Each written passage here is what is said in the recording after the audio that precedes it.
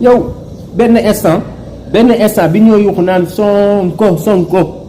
foofu amulaa laa lay def lu dul xool yàlla laa la xool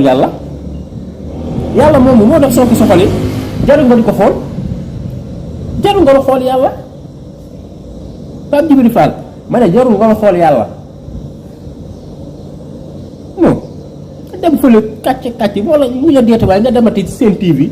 la confirmer li nga wax kan moo la fa bëggoon a rey foofu ban arme laa fa gis ba amoon journaliste yi duñ ko génnee yaa ne journaliste yi am nañ ko génnee benn wañ wala benn banta wala benn paaka baa xamante ni ñu yoroon nañ ko pour jéem la assassiner yow lan la yow tu pèses rien devant nous vous ne pesez rien devant Ousmane Sonko Pape Djibril Fall ma ne yow vous ne pesez rien devant Ousmane Sonko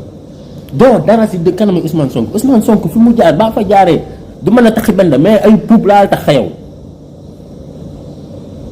Ousmane Sonko gis naa fu mu jege la nekk mu dëgg ko ram ba yegg sa fii yow nga nekkoon ab simple chroniqueur nekk fa la TFM xëy rek kenn xameew la ñi ngemba la nga naan bokkuma si opposition bi